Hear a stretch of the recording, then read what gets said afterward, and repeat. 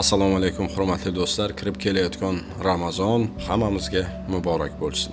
O'zbekistonda joriy yilda Ramazon oyi 19-fevraldan boshlanadi. Bu haqda O'zbekiston prezidenti Shavkat Mirziyoyevning muborak Ramazon oyini munosib tarzda o'tkazish to'g'risidagi qarorida so'z boradi. Ijtimoiy, ma'naviy hayotdagi o'rni va ahamiyati tobora ortib borayotgan Ramazon oyini munosib kutib olish va yuqori saviyada o'tkazish, diniy, ma'rifiy, madaniy qadriyatlarni asrab-avaylash va ulug'lash maqsadida 2026-yilda muborak Ramazon oyining boshlanishi 19-fevral kuniga to'g'ri kelishi haqidagi O'zbekiston musulmonlari idorasining axboroti ma'lumot uchun qabul qilinadi. Qoraqalpog'iston Respublikasi Vazirlar Kengashi viloyatlar va Toshkent shahar hokimliklari din ishlari bo'yicha qo'mita, O'zbekiston mahallalari uyushmasi, Ijtimoiy himoya milliy agentligi, O'zbekiston faxriylarining ijtimoiy faoliyatini qo'llab-quvvatlash nuroniy jamg'armasi va boshqa hamkor tashkilotlar bilan birgalikda mamlakatda Ramazon oyini milliy an'ana va qadriyatlarga mos tarzda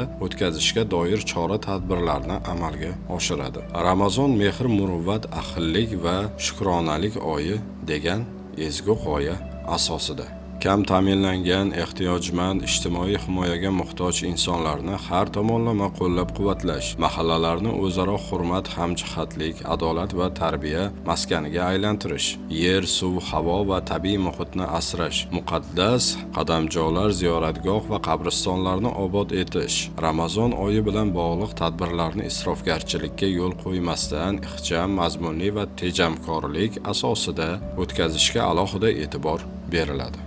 Ha do'stlar, agar kimga taqvim kerak bo'lsa, albatta mana shu Telegram kanalimga o'tib olishingiz mumkin. Saharlik vaqtlari, iftorlik vaqtlari. O'rtoqlar, kelinglar mana shu muborak oyda, Ramazon oyida o'zimiz o'zgartiramiz. Qaysidir ma'noda yaxshi inson bo'lishga harakat qilamiz. Bizda ikkita yo'l bo'ladi, yaxshi va yomon. Uni tanlash esa o'zimizga bog'liq. Biz topadigan rizqimizni albatta topamiz. Albatta u bizga beriladi, lekin uni qaysi yo'l bilan topish o'zimizga bog'liq. Hurmatli do'stlar, kelinglar oqibatli bo'lamiz, inoq bo'lamiz, bir-birimizga yaxshiliklar qilamiz. O'zingizga bo'lgan yaxshilikni boshqaga ham ravo ko'ring. Shunda hayotimiz barakali bo'ladi, fayzli bo'ladi. Albatta qanaqadir balo kelishini oldini olgan bo'lamiz. Faqat o'zimga demasdan sal o'zgarishga harakat qiling. O'ylab ko'ring, tafakkur qiling, qarang. Har bir fasl o'z vaqtida kelyapti. Har bir narsa, hamma narsa, daraxtlar, suv, hayvonlar, tog'lar, fasllar, hamma narsa o'zining ishini yaratgan buyurib qo'ygandek bajaryapti. Lekin bizchi o'rtoqlar, biz pul topaman deb isyonga ketyapmiz.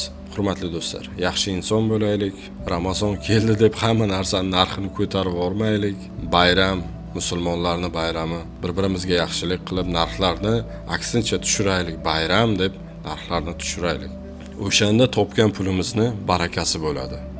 Hurmatli o'rtoqlar, sog' bo'ling, salomat bo'ling, hayotingizga barakat bo'lsin, albatta vatanimiz tinch bo'lsin, hayotingiz nurga to'lsin. Ikki dunyo saodatiga erishing. Bizga obuna bo'lib kuzatib borayotganlar hammalaringga katta rahmat aytaman. Umringiz uzoq bo'lsin, sihat salomat bo'ling. Hamma o'ylagan ezgu niyatlaringizga yetishing. Abduhalim Bro har doimgidek sizlardan iltimos qiladi. Obuna bo'lib qo'yishni unutmang. Rahmat.